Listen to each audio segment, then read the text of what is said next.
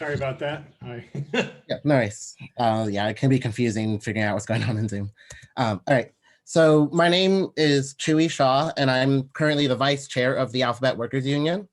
We are a union for workers of all job classifications at Google, Waymo, Verily, and other Alphabet companies. In the early days of my organizing, I began hearing from some of my coworkers that they were too afraid to speak up for themselves about issues that they were facing, fearing not only the loss of their jobs, but also fearing deportation, as their immigration status is tied to keeping good status with an employer.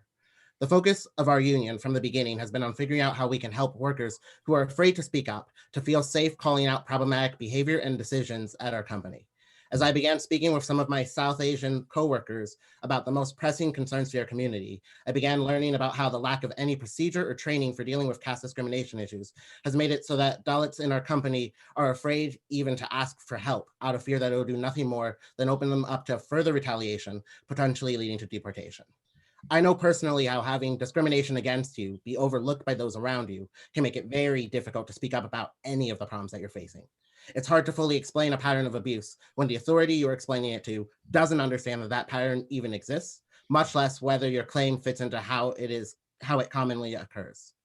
This is why our union wrote a statement, not only to express our solidarity with the Cisco case, but also with all caste oppressed workers throughout our industry, including the ones employed here in Santa Clara County.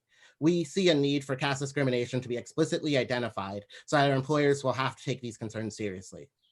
In worker organizing, one thing that we have seen happen far too often is when a worker complains about an issue which a company isn't dedicated to taking seriously, they become treated as if they were the problem for identifying an unspoken harm. We have seen people throughout our industry forced out of their positions for telling their stories of abusive or discriminatory treatment, which didn't match the accepted narratives.